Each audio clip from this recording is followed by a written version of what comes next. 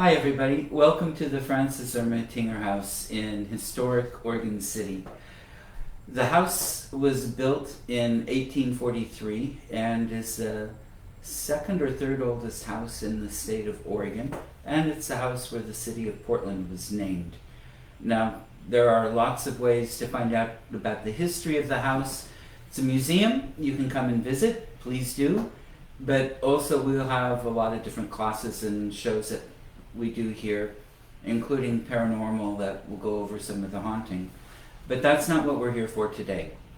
Today we are going to talk about leprechauns and the others, the other of the Fae world. My name is William Becker, and I've had an interest in both the history and the others all my life. I've got a degree in history, my bachelor's, and I'm a board member of the Friends of the Francis Ermitinger House. We'll have ways for you to donate to us listed on this website.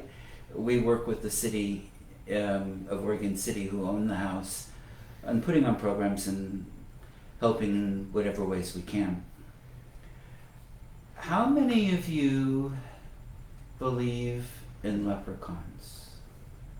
How many of you believe in the others, the Fae? Do you have any experiences? Well, we'll talk a little bit about that today, and if you have questions, type them in. We'll have little question breaks here and there. I've got people here that can read them to me. Leprechauns are an interesting group of the fairy land. They're supposed to be part of the fairies, but they seem to not have come around really until around the 700s. That was the first time anybody had really seen much with them. And the name, broken into its parts, breaks down to small body and also shoemaker.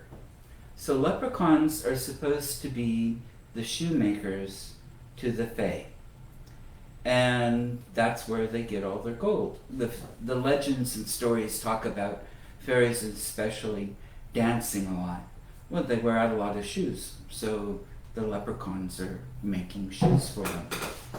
There are rumors that if they don't have any other shoes from the Fae to do, they'll come knocking on your door and see if you have shoes for them to repair. If you don't, you might be in for a trick. They're noted to be pranksters, and they're noted to really like their tipple a bit, although they have a cousin that's probably more responsible for that. Now, it's interesting because during some of the research, what I found was leprechauns were supposed to be one group that merged in with the males of another group of fairies. There are no female leprechauns. And so they seem to have been this hybrid that developed. And mostly we think of them as wearing green, but originally they were red. They wore red.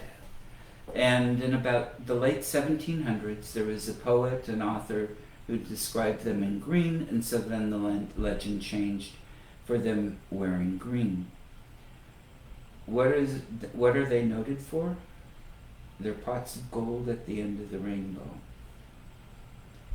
How do you catch or get a pot of gold from the end of the rainbow? Those keep moving. How do you get leprechaun gold? Well, they say you catch a leprechaun, and it's very difficult to do. You have to catch them by the neck, and you can't lose sight of them. If you turn your head away for a second, they're gone. So you have to grab them by the neck, and you have to have your shovel with you. You have to be ready to dig. There's a story of one guy who was able to capture a leprechaun, and the leprechaun was forced to reluctantly point out where his pot of gold was at this tree. So the man tied his red bandana to the tree and went home to get his shovel to dig up the gold. When he returned to the wood, all the trees had red bandanas on them. the leprechaun's gold was safe. They are also reported to be able to give you 3 wishes if you capture them. But you have to be careful what you ask for, and there's often a trick involved with it. Are leprechauns real? Who knows? I haven't seen one, but I've known of a lot of stories where people claim to have.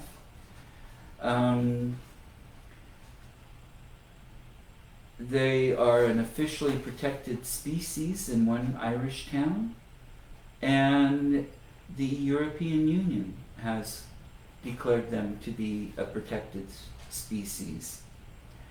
And there is one place, there's a town, an area in Ireland, where people were out and they heard this strange scream.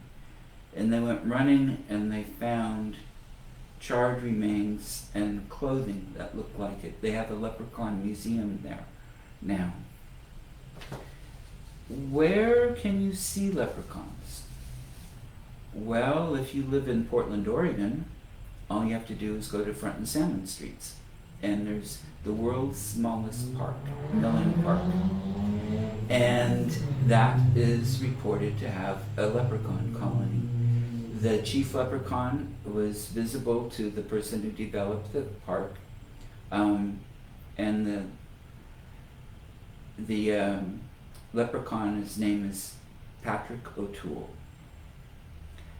And this has been declared the only leprechaun colony west of Ireland. There's also a leprechaun cavern in the town of Carlingford, Ireland. Please excuse my pronunciations of Irish names. I'm not very good at that. There are underground caverns that visitors can walk through. A tour guide explains the histories of the leprechauns and tells about the leprechauns that are said to travel in those underground tunnels. There's also the Leprechaun Museum in Dublin. And that goes back to the beginning of the first sightings in the 8th century, all the way to modern day. Now, leprechauns are supposed to be notoriously stingy and very protective of their gold and all kinds of, things like this, which you can kind of understand. They work hard for their money. And they do have another side to them as well.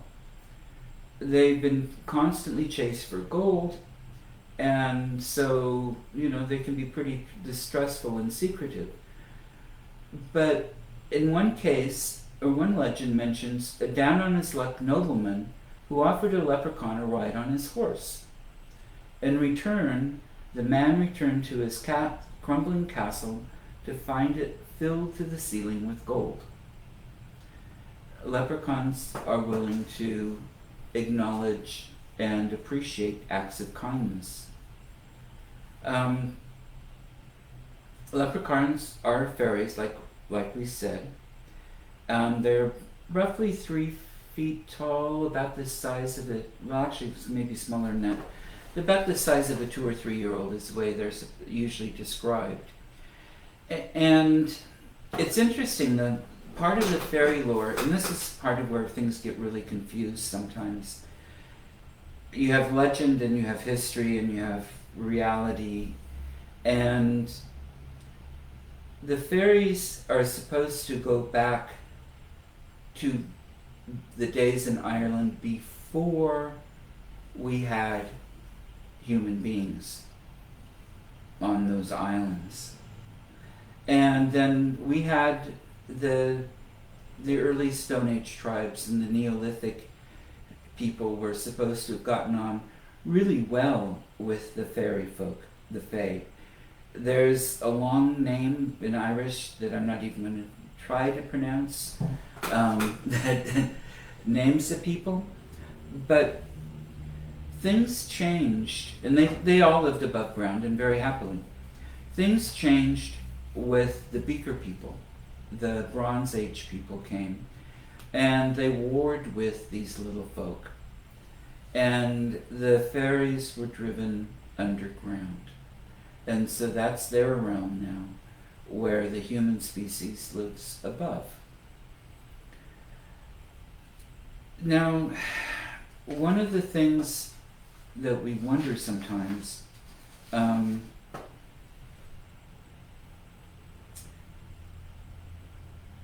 are, excuse me as I lose my train of thought, but how does some of this work? Whether or not you believe in the Fae, the fairies, the leprechauns, but assuming that you do, and I'm not going to tell you my stance on it yet, we'll get to that. You've got a group of people that were supposedly serving a Gaelic god before humans were in an area, and Gaelic came with the Celts, and the Celts didn't arrive till about 600-700, maybe 900 BC. So things they say overlap are it doesn't always make sense, put it that way. The Fae are seen all over. Have any of you seen one? They're supposed to be around. Well, the fairies are kind of like the leprechaun. The Fae, they can be very troublesome or they can be very kind. My attitude is that you treat everything with kindness and respect, and that's usually what you get back. And I find that to be true with the Fae as well. Now, they also live in a land, I think it's another dimension. I don't think it's underground, but I see it as shifting in and out of a different realm. And that explains some of the difference in timing. There's a story about a man and his best friend, and they've just, the man, call him Roy, is off to get married the next day. And there's been the big party, and the man and his friend, Clark, let's say, are walking home. Well, the man's friend says goodnight, and Rory keeps going, and there's a colony of fairies out dancing. And the fairies invite him to join them. And he dances with them for about an hour, he thinks, and then he continues on his way. And he gets to his village and his home, and the wedding day has long passed. His friend is up for murder charges because he had disappeared for many, many days. So his hour of dancing with the leprechauns amounted to a few weeks of our time. There are lots of little stories. One of them is King Lear, the ruler of the sea, and he was married to a beautiful, kind woman named Eva. They had 4 children, 3 sons and 1 daughter. Eva sadly died while giving birth to her 2 youngest twin boys. And King Lear married Eva's sister, Ophi, to ease his broken heart. Well, Ophi became incredibly jealous of the amount of time the king spent with his 4 children. So she plotted to use her magical powers to destroy the children. She knew that if she killed them, they would come back to haunt her forever. So she took them to the lake near their castle and turned them into swans, binding them to spend 900 years in the lake. Oifi told Lear that all his children had drowned, so he went to the lake to mourn for them. His daughter, in her swan form, came up to him and told him what happened, and he banished Ophi and spent the rest of his days down at the lake with his children. The children spent 900 years as swans and soon returned, and soon were well known across Ireland. One day they heard the bell toll, and they knew their time under the spell was coming to an end. So they returned to the lake near the castle and met a priest who blessed them and transformed them back into their now elderly bodies. There's another story, the Heart of Dagda.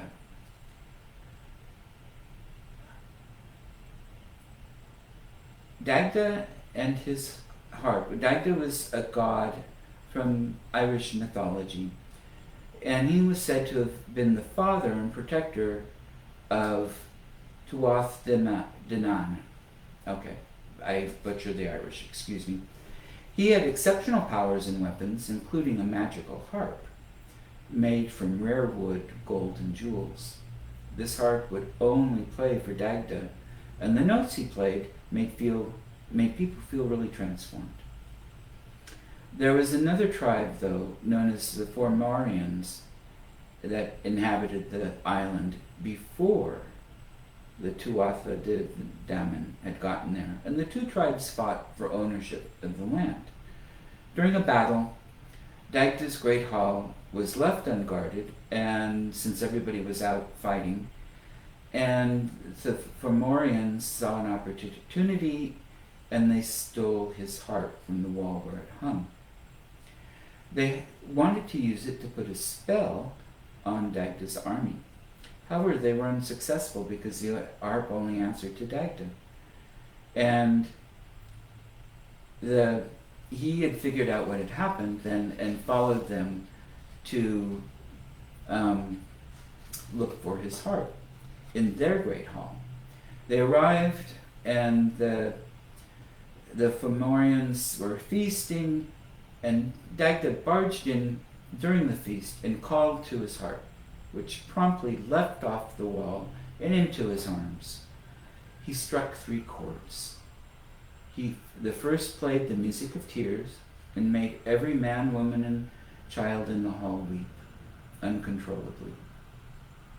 The second chord played the music of mirth, making them laugh hysterically.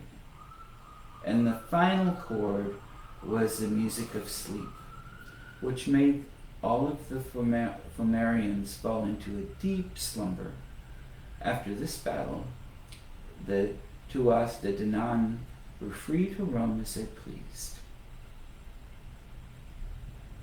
There's another one, and this one I love, and unfortunately I couldn't find my pictures of it. I've been to this place in Ireland, the Giant's Causeway. And the one giant, we'll call him Finn, lived on Ireland. And there was another giant, a Scottish one, that lived, and we're going to call him Ben because his name starts that way and is too long for me to pronounce. Lives in Scotland. And the two giants used to shout at each other quite a lot. And one day he shouted a challenge to the Scottish giant to cross the causeway and fight him. But as soon as he saw the Scottish giant getting closer and closer, he realized Ben was much, much bigger than he imagined. So what he did is he ran home to the Fort of Allen in County Kildare and told his wife he'd picked a fight but had since changed his mind. Finn heard the stamping feet of Ben, who came knocking on Finn's door, but Finn would not answer.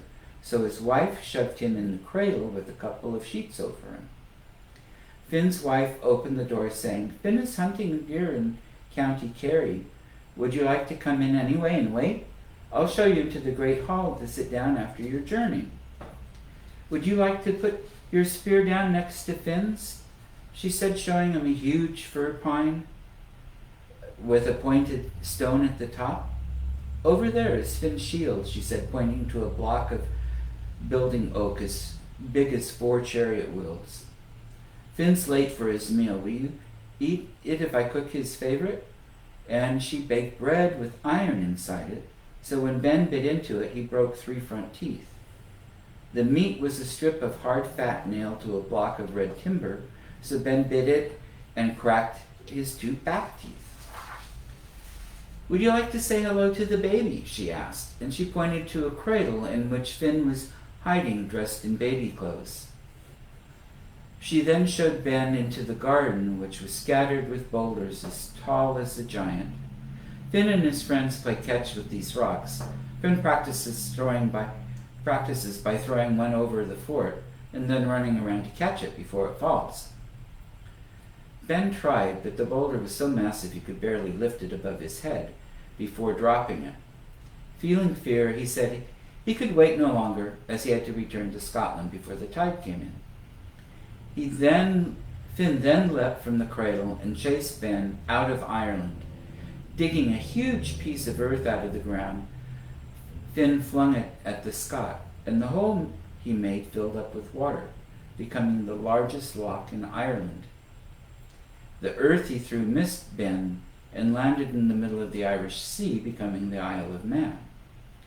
Both giants tore up the giant's causeway, leaving the stony path at the 2 shores, which I have seen, but no more the path that went all the way across the sea. Well, it turns out that path really does exist under the sea. It's volcanic formation, but it's interesting.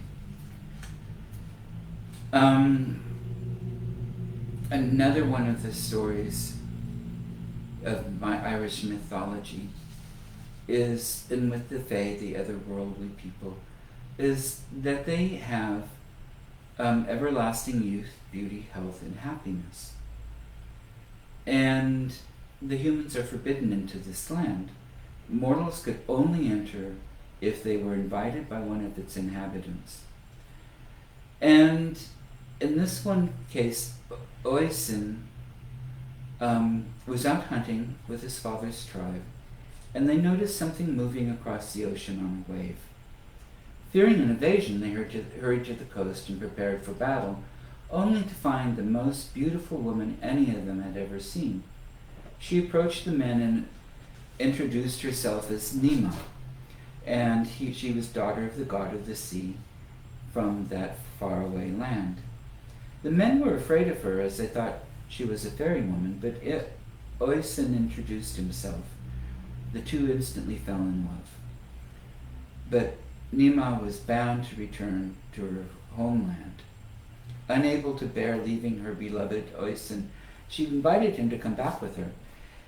And he accepted, leaving his family and fellow warriors. Once they were crossed back over the sea to her realm, Oisin received all the gifts it was famous for: everlasting beauty, health, and of course, ultimate happiness with his new love. Over time, he began to miss the family he left behind, so Nima gave him her horse to travel back to see them, but warned he could not touch the ground, or he would become mortal again and would never be able to go back. So he traveled across the water to his former home, only to find everyone was gone. He eventually came across 3 men, so he asked where his people were. They told him that they had all died many years ago. Realizing that time passed much slower in his new country than on Earth, he was devastated and fell to the ground and was instantly transformed into an old man. He touched the ground and could no longer travel back. He soon died of a broken heart. Now, one of the stories that you often hear about the fairies or the fae are about changelings. And a changeling is when a fairy substitutes a human baby with one of their own in the human baby form. Now, they aren't supposed to like iron, and so a lot of times people would put iron or crosses or Bibles by their infants' cradles, because all of those were supposed to keep the fairies away. Now, sometimes they take the human child to become a servant, or because they really loved the child, and sometimes to be purely malicious. Changelings that the fairies brought to the human world, they did it sometimes to protect them before they died, older ones, people who were infirm. They also believed placing a changeling in the fireplace would jump. The humans believed that putting a changeling in the fireplace would have it jump up the chimney, and then the regular baby would be brought back.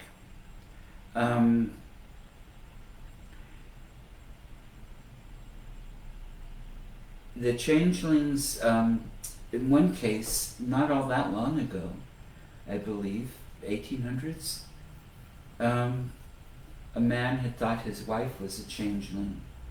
And so, in front of her, and with the cooperation of her friends and family, he shot her with lead bullets, or iron, trying to get her to come back and the changeling to be gone.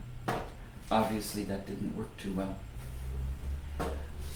I'm going to talk a little bit more, and I've talked a bit about the Fae. One of the sources I used is my good friend Barry Fitzgerald's book, Searching the She, that's how it's pronounced, Shehi, or something like that. Anyway, they have a lot of interest going on even now. And there is a lot of reverence given to them, and people see them. I have seen them. I haven't seen a leprechaun.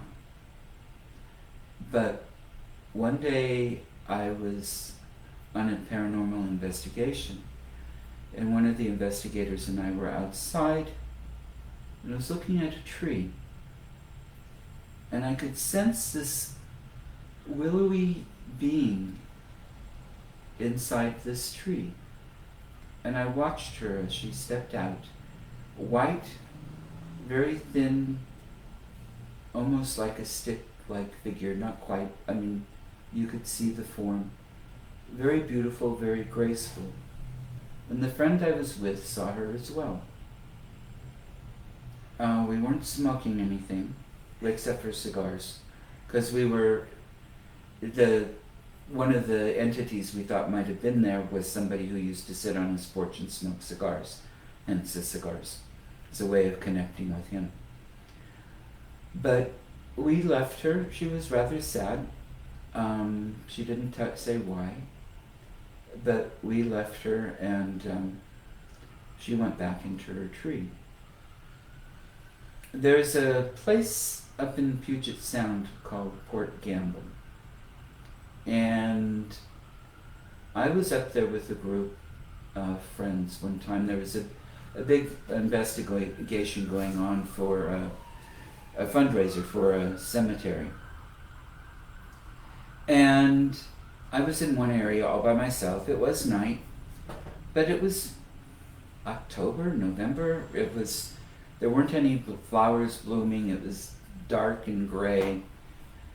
And I was in a gravel path area, and looking down at the end of it, I had my camera up because I could tell something was there, and I was going to take a picture. I didn't take the picture, but I saw what looked like an oversized garden gnome, a dwarf, I feel. Very colorfully dressed. He was there for a second or two, and then I turned my head as I heard footsteps in the gravel behind me.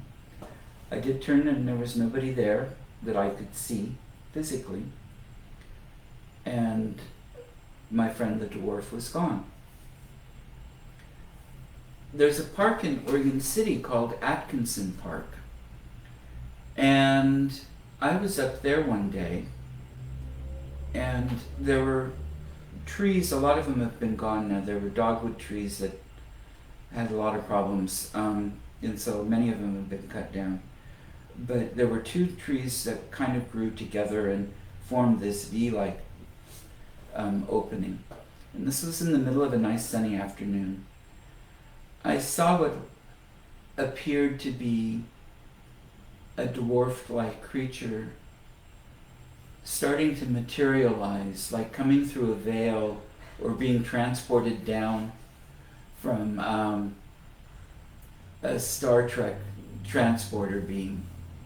And he saw me and he faded away. There's more, but I want to make sure people have a chance to ask questions. You can write questions, and I have two wonderful ladies here that can read them out to me occasionally. Do we have any questions, ladies? Cheryl Rice asks, so going back to leprechauns, Uh-huh. where did they get their gold to begin with? Excellent question. That was payment for the shoemaking and shoe repairs they did for the fairies. Okay, Mm-hmm. interesting. Yeah. Okay. And if you did give them a shoe of your own to repair, or you better make sure that you had silver or gold to give them in payment. Okay. If they do the work and don't get paid, they're not very happy. Pissed off leprechauns are not nice. Interesting. Uh-huh. So what I've heard of Pukwudgies. What exactly is a Pukwudgie? Okay. I think Pukwudgies are very much part of the same genre. I think they exist in another plane. They come in and out. And they're very noted across North America, at least the United States. Most Native American traditions have stories about them. And Oregon City is a hotbed of them. Some places describe them as being always destructive and mean. Some describe them as playful if they like you. Some describe them as they can go either way. Some say they'll lead you into dark places and you'll die. But the ones around here seem to be really quite nice and helpful. We see little shadows that we think are them running around fairly often around parts of Oregon City. And Atkinson Park again seems to be a really magical place, because that's another place where I've had experiences with them, mostly from a psychic and medium perspective. But there's also a physical perspective. There was a young one, I was giving a tour with the conference we were having here.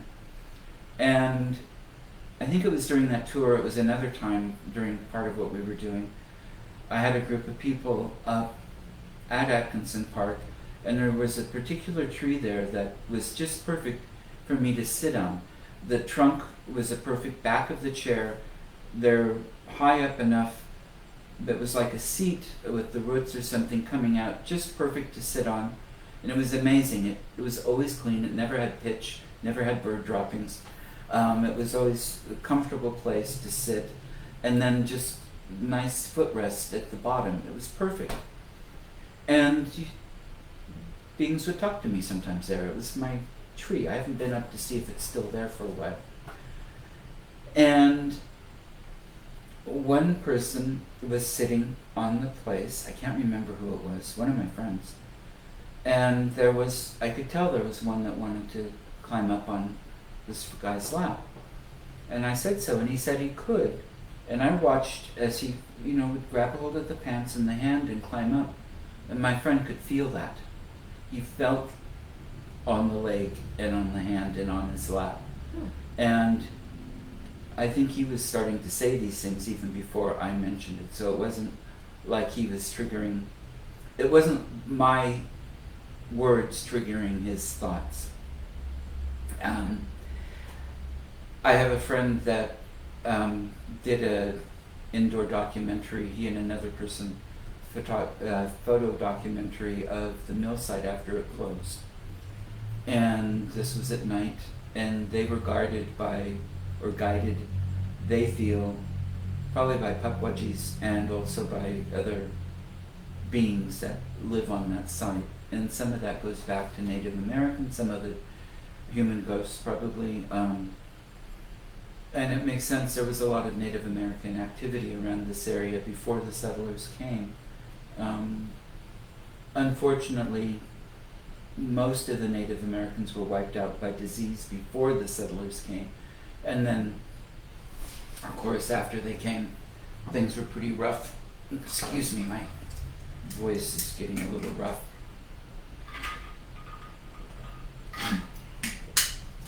Okay. Anybody else have a question?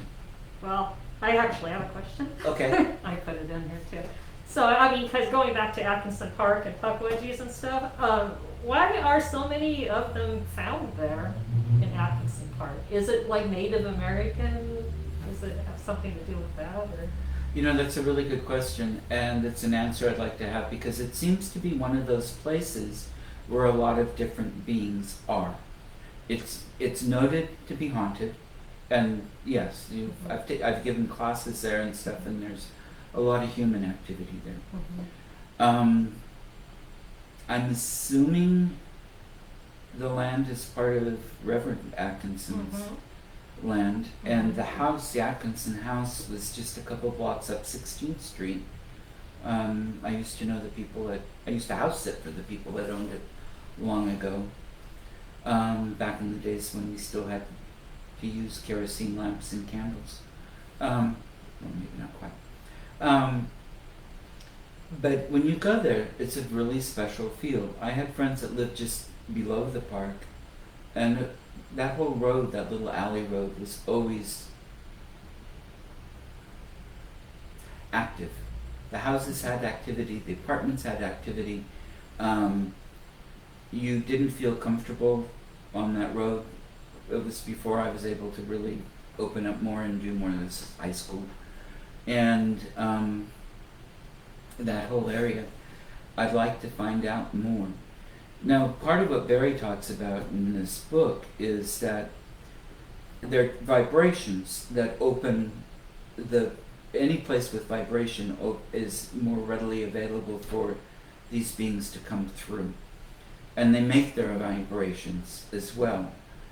And I'm not a big fan of the idea that you have portals and this is the only place people can come through or beings can come through, because the reality is they can come through anywhere. But I think some places are, perhaps there's a little more of a vibration, there's something there naturally that can make it. It could be the combination of the trees and the granite and the railroad tracks down below. Maybe there's some kind of a water spring or something there that's underground. I don't know. This area has a lot of underground flowing stuff. A lot of it was above ground at one point, but it's all buried now. So I'd like to find out more research on that. It's very interesting, huh? Yeah, thank you. Crazy. All right, and I don't know, any other questions here that I missed? Was that?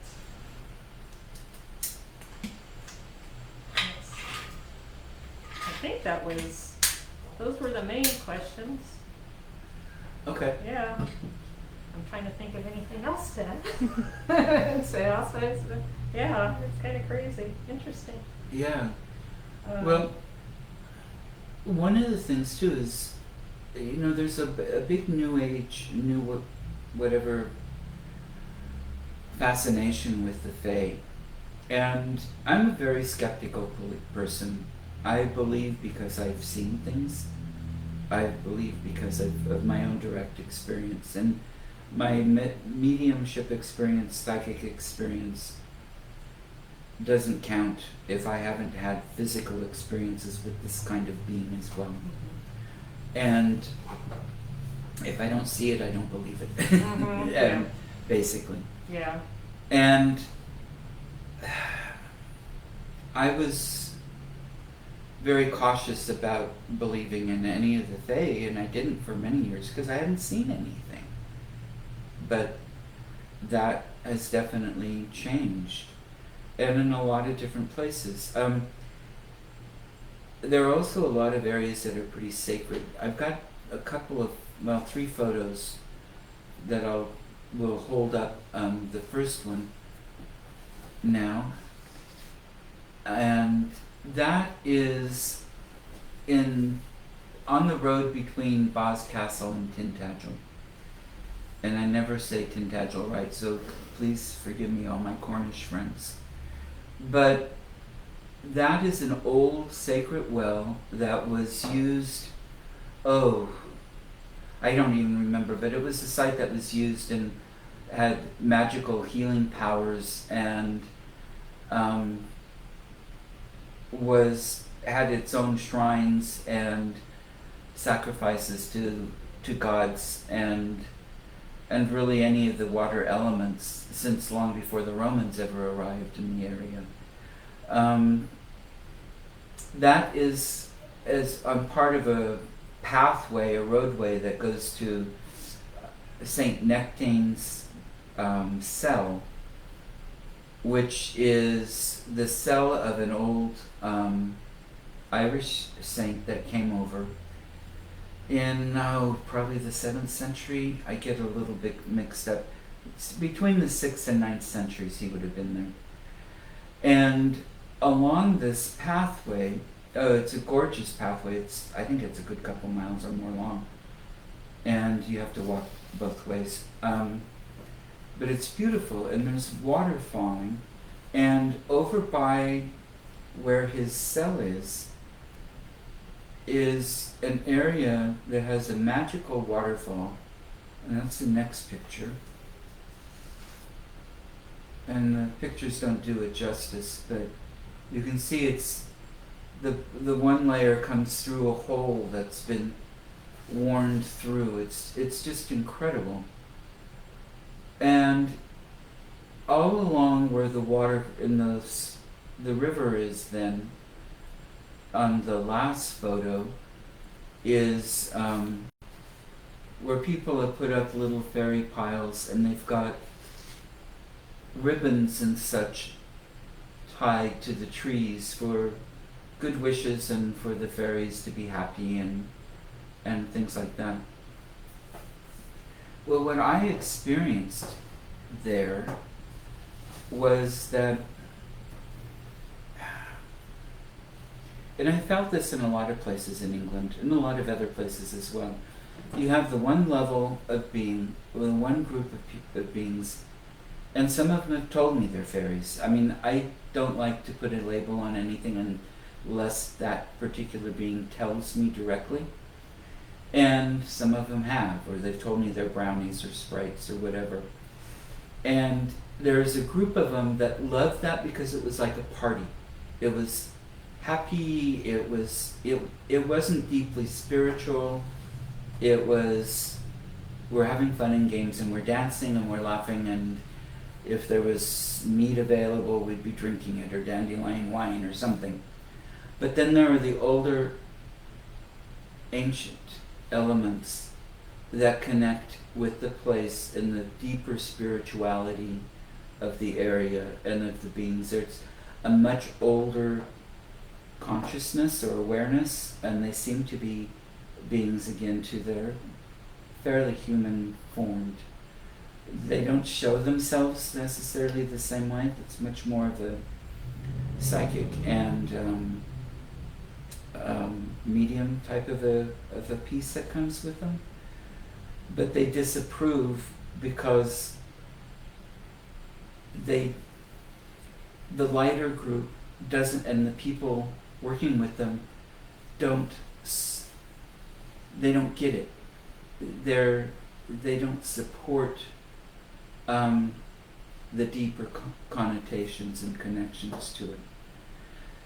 Now, that happens in a lot of places too. I happened to have the good luck in 2018 to be at Stonehenge at Solstice, and it's amazing. It's truly amazing, and I'll admit we were there for the sun going down and the sunset, which is one of the important alignments. But the person, I had driven for several hours to get to a friend's house in my hotel in London, and then he drove us 2 hours to get there, and it was too late for us to stay till sunrise. And so I wasn't there for that piece of it, but the same kind of elements you feel. The ones that like the party, the beings that really like that party atmosphere were thrilled. But the ancient gods, if you want to call them that, were very concerned and upset at the lack of respect for the stones and for... They're not even mysteries. They're mysteries, but they really aren't. They're available and accessible.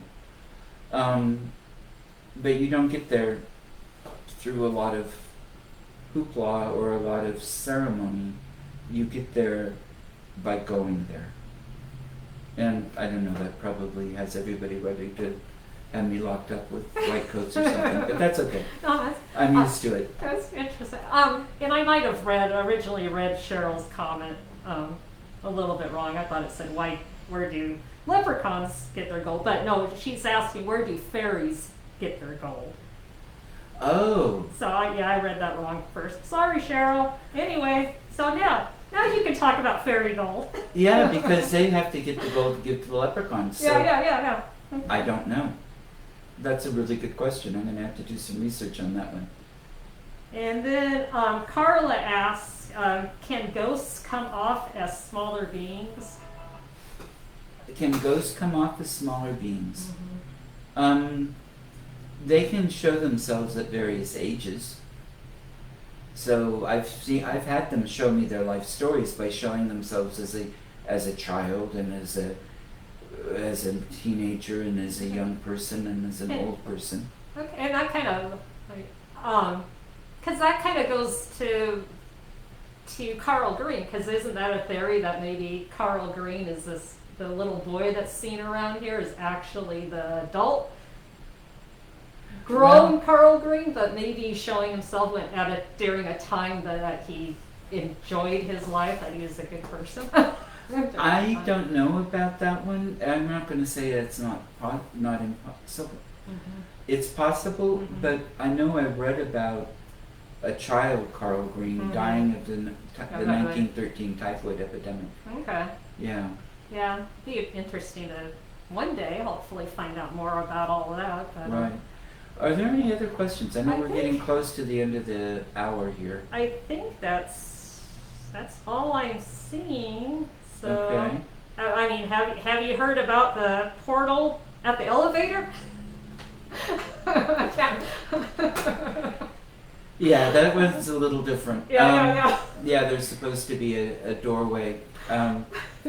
Somebody's having fun creating legends, and I love it. Yeah. Yeah. I think that's it. Okay. Yeah, I'm not seeing any other. Oh wait. Oh, another question just popped up. Yeah, are there fairies particularly tied to trees, or children tied to? I don't know. What? Yeah. Okay. I think certain trees have a tree spirit, or a tree nymph, a wood nymph in them. Mm-hmm. It doesn't seem to be all trees, I don't think, but some do. And I think they each have their own. They have their own personality, just like each of us do. Yeah. I think the general form is fairly similar, Mm-hmm. but I have only seen physically one, Yeah. one time. Yeah. I have sensed them, and I've communicated some with them and from a psychic and medium state, Mm-hmm. but a physical view has only been one. Yeah. But I think Bigfoot is one of those elemental beings as well. Uh-huh. And that's why they come, there's no proof of them, Mhm. really, nothing really solid proof. And I have seen one, so I think they exist. And I think my communications with them have then been genuine. And they don't want us to find them. They Yeah. know that if we find them, we'll probably shoot them. Yeah. Or something stupid like that. Yeah. So, but I think they're part of that same otherworldly group. And basically, in summing up with this, treat them all with respect. Don't antagonize them.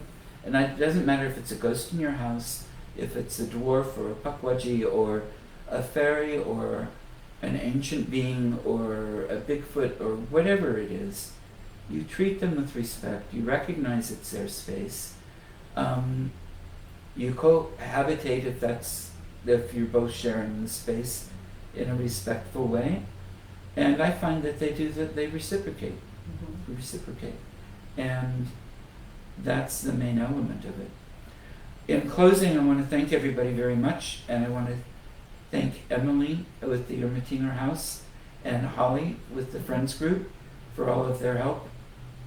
And please, we will be eventually getting a website for the Friends Group and all that, but the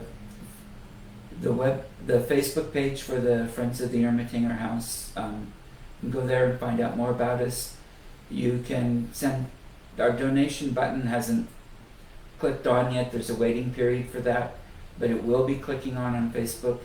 And I think, have you put in an address where they can send donations for us? Yeah, not yet. Okay, Yeah. we're going to add an address to the Friends Group address where you can send donations if you want. But most importantly, come and see the house. It's open Friday and Saturday. And it's a wonderful place. Emily is here and does a great job.